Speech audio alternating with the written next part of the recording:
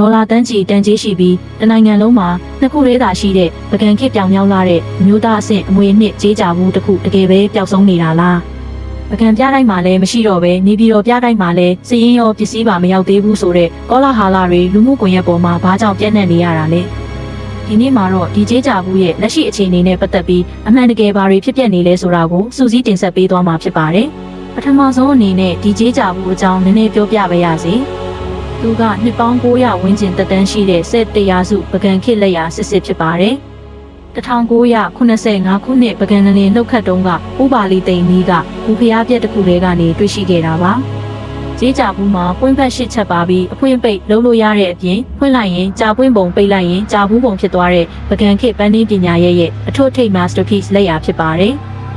ကြာရိုးတည်းမှာဇေဒီငယ်တဆူရှိပြီးအတွင်းဘက်မှာဗုဒ္ဓဝင်ရှိခန်းကိုအနုစိတ်ထုစစ်ထားတာမို့လို့ရှေးအောင်ပစ္စည်းစုဆောင်းသူ private collector တွေကြားမှာဒေါ်လာတန်းချီပေါက်ဈေးရှိနိုင်တယ်လို့ခန့်မှန်းကြတဲ့ရတနာတိုက်ကြီးလည်းဖြစ်ပါတယ်။ဒါပေမဲ့မကြခင်ကလူမှုကွန်ရက်မှာပကံပြရိုက်ကနေနေပြည်တော်ကိုရွှေ့ပြောင်းလိုက်တယ်ဆိုတဲ့စာရွက်စာတမ်းတွေပြန့်နှံ့လာခဲ့ပါတယ်။အချိန်ထဲမှာပဲပြင်ပရှေးဟောင်းပညာရှင်အချို့နဲ့အတိုင်းဝိုင်းကြားမှာ2026ခုနှစ်ဖေဖော်ဝါရီလအထိနေပြည်တော်ပြတိုက်မှာစည်ရင်းရောပစ္စည်းပါမတွေ့ရဘူး။ကြားထဲမှာပျောက်ဆုံးသွားတာဒါမှမဟုတ်ဂရိပါခါထဲရောက်သွားတာမျိုးဖြစ်နေပြီလားဆိုပြီးစိုးရိမ်တကြီးစစ်စစ်ပေးဖို့တောင်းဆိုတမ်းတွေစုညံလာခဲ့ပါတယ်။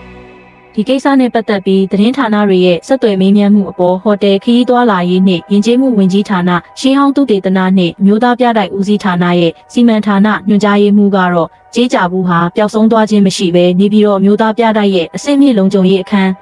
ခန်းထဲမှာစနစ်တကျသိမ်းဆည်းထားရှိကြောင်းကျွန်တော်တာဝန်ယူပါတယ်တာဝန်ခံပါတယ်လို့အတိအလင်းဖြေကြားထားပါတယ်။ဘာကြောင့်ရွှေ့ပြောင်းရတယ်လဲဆိုရင်တော့2023-24ဘဏ္ဍာရေးနှစ်တုန်းကပကံဒေတာရင်းနဲ့ AR မြစ်တစ်ဖက်ကမ်းကနေမြေမလုံခြုံမှုတွေကြောင့်အဖိုးတန်ရှေးဟောင်းပစ္စည်းတွေမပြောက်ပြတ်အောင်စီမံချက်နဲ့စနစ်တကျပြောင်းရွှေ့ခဲ့တာလို့ပကံရှေးဟောင်းသုတေသနဌာနရဲ့ညွှန်ကြားရေးမှူးဟောင်းကလည်းဆိုပါတယ်။မျိုးသားပြတိုက်နေပြည်တော်ရဲ့ညွှန်ကြားရေးမှူးကလည်း2024ခုနှစ်စက်တင်ဘာလကတည်းကပကံရှေးဟောင်းသုတေသနပြတိုက်ကနေနေပြည်တော်အမျိုးသားပြတိုက်ကိုရွှေ့ပြောင်းထားရှိခဲ့ကြောင်းဖြေရှင်းထားပါတယ်။ဒါဆိုနေပြည်တော်ပြတိုက်မှာဘာလို့ရှာမတွေ့ပဲပြကန်းတွေမှာမပြသသေးတာလဲ။တာဝန်ရှိသူတွေရဲ့အဆိုအရ